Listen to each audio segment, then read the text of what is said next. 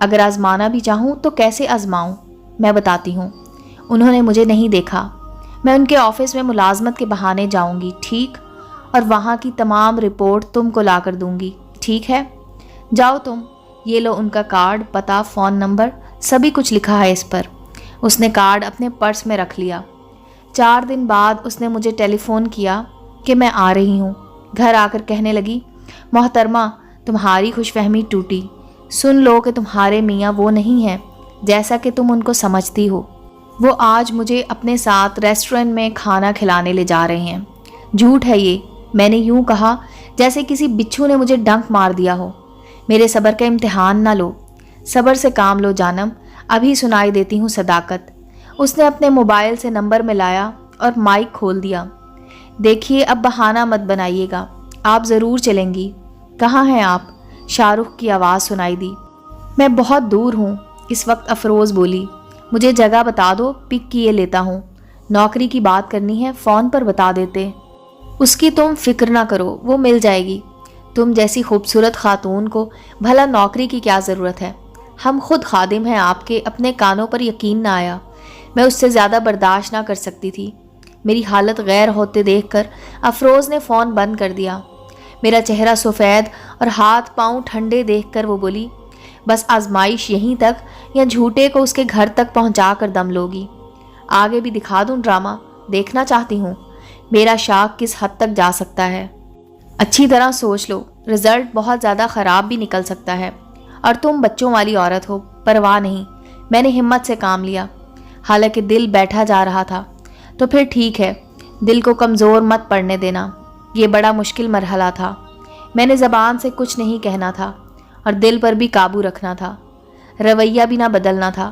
پھر بھی مزاج کی بے کیفی کو چھپا نہ سکی تھی۔ شاہ رخ نے کئی بار پوچھا، میری جان کیا ہوا تم کو؟ اس قدر چپ چپ کیوں رہنے لگی ہو؟ طبیعت تو ٹھیک ہے نا؟ ٹھیک ہوں، آپ میری فکر نہ کریں، بچے تھکا دیتے ہیں۔ 1 ہفتے بعد افروز نے رپورٹ دی، آج ہم اور تمہارے وفادار میاں سیر کو جا رہے ہیں۔ اگر دیکھنا چاہو تو ساحل سمندر پر آ جانا۔ میں احمقوں کی طرح پوچھتی، اچھا تو کیا واقعی میں آ جاؤں؟ مگر ساحل سمندر پر کس جگہ؟ اور وہ ہنسنے لگی، بے وقوف مت آنا ورنہ سارا کھیل خراب ہو جائے گا۔ میں ایسا کروں گی کہ تمہارے میاں کی باتیں ٹیپ کر کے تمہیں سنا دوں گی۔ وہ باتیں ٹیپ کر کے لے آئی۔ میں نے ایک بار باتیں سن لی، دوبارہ سننے کی ہمت نہ رہی۔ دل کا درد اتنا بڑھ گیا کہ سانس لینا مشکل ہو رہا تھا۔ اندر سے دل ریزہ ریزہ تھا اور اوپر سے پھیکی ہنسی ہنس رہی تھی۔ جب وہ کہتے میری جان، میری پیاری، تو ان کی باتوں کے جواب میں دل ابلنے لگتا اور روح ٹکڑے ٹکڑے ہوتی محسوس ہوتی۔ میری ذات میں ایسا تناؤ پیدا ہو جاتا جیسے ابھی اسی لمحے ذرے ذرے ہو کر فضا میں بکھر جاؤں گی۔ افروز کی ہمدردی حاصل کرنے کے لیے میرے جیون ساتھی نے اس کے سامنے میری کتنی برائیاں کی تھیں۔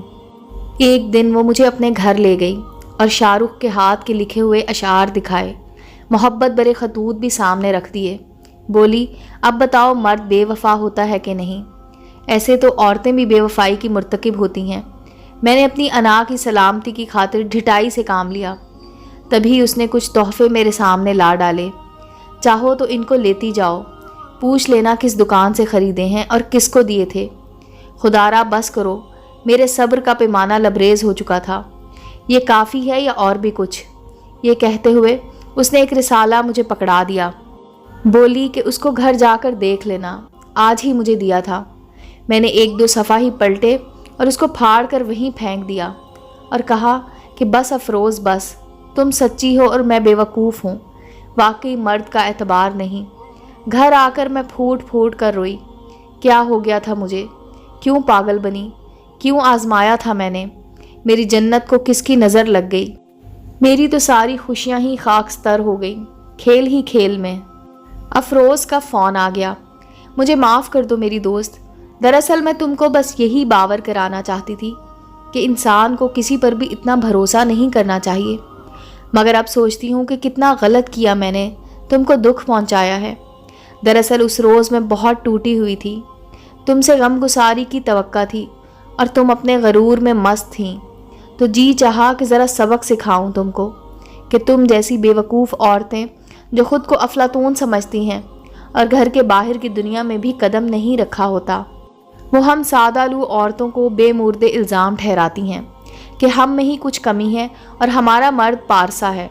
اب بتاؤ تم میں کیا کمی ہے؟